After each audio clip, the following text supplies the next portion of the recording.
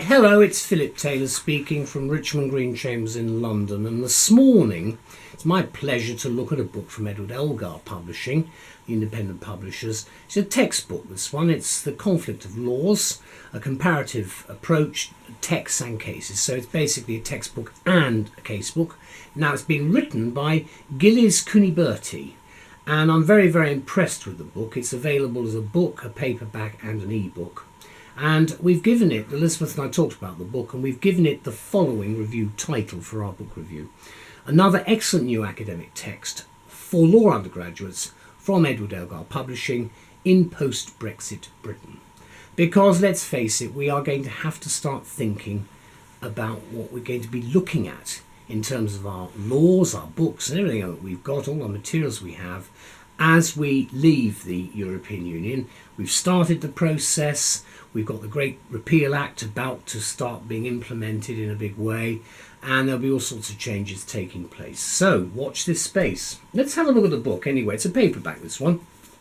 It's the one I've got. Front, the spine, and then there's quite a lot on the back. And it explains who Gilles is. He's Professor of Comparative and Private International at the University of Luxembourg. Now the book itself is very much the standard house style for ELGAR. There's the index at the back. You can see a relatively short index on page numbering. There's not a particular, and then there's a short bibliography just before the index, and then you've got the various chapters, and you can see the structure of it.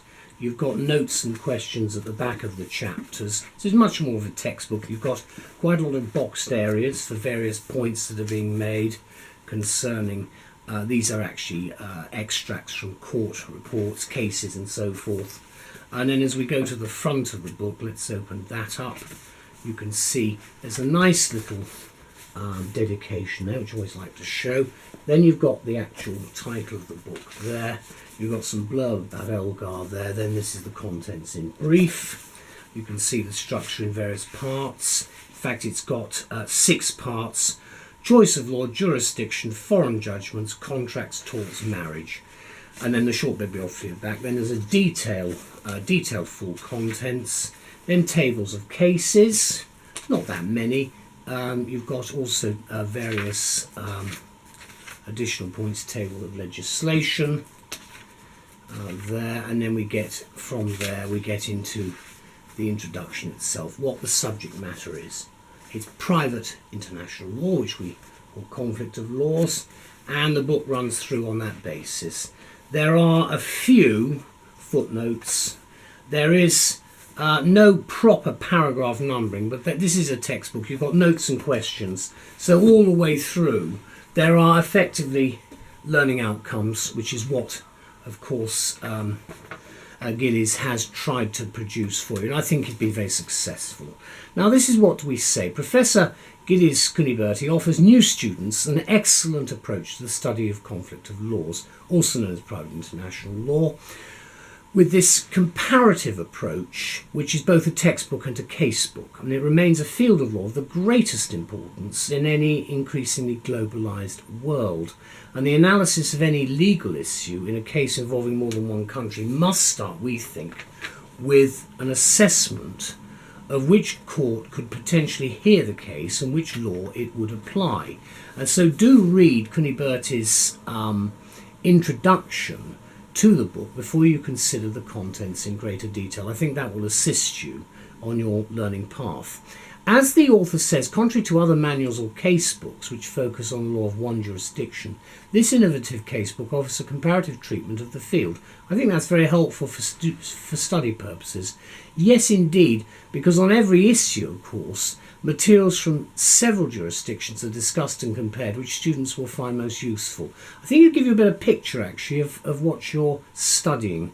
The academic approach focuses on comprehending the common principles of the field, but also highlights the fundamental differences. The purpose is to educate lawyers who not only will know the law of their own jurisdiction, but also will understand the key differences existing between the main models and will thus be able to interact usefully with clients from other jurisdictions. And that is what you get with what is, I think, a very refreshing work from ELGAR. We feel there's also an excellent case book because of, again, with all the shaded areas in the cases, the author says this: systematically he's presenting and comparing the laws of 4 jurisdictions, USA and the EU, France and England, where left untouched, of course, by EU harmonisation. And the effect then of Britain's decision to leave Europe, the European Union, will not, in our view, in the short term anyway, affect the contents, although there are bound to be major changes ahead for us in the next decade as European Union law is actually reviewed as far as its relevance and its actual incorporation is concerned into the common law of certainly England and Wales, and the general laws, of course, of the United Kingdom.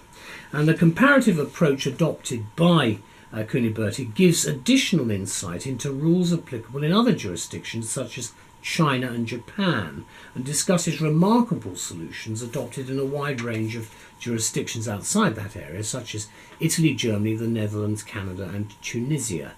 Again, it's a refreshing approach to look at the way other people do their business, and I think that is quite important, because I've stressed it in many of the reviews I've produced and these videos that we are in a global society. It's changing very rapidly and will change again very rapidly with artificial intelligence, probably in the next 2 to 3 years. So things are very much on the move. It's most helpful then that all materials from non-speaking English jurisdictions have been translated into English. The main features of the book, written by a leading authority in the field, who is Professor Cuniberti, include the following areas: carefully selected extracts from primary and secondary sources to build a clear picture of the field, expert analytical commentary and questions set on the extracts to set the extracts in context. I liked the notes and the questions and answers. I thought that was very helpful. Obviously, it also looks at US, EU, French and English perspectives integrated throughout the text to ensure maximum relevance and to encourage learners to make comparative assessments with numerous references to other jurisdictions, Chinese and Japanese solutions in particular. So I think you've got a really interesting mix here. Let me conclude by saying that what the author does is he leads the reader through the field from beginning to end in, I think, a most satisfactory way, and is perfectly pitched for international students and courses with a global outlook, of which of course there are many, especially in London. We have a large number at the University of London, various colleges and so on, and of course other universities. So with the expansion in the number of undergraduates, this book I think is a must for a range of different types of study, and as the cover itself suggests, it's a great complement to the undergraduate's growing law library.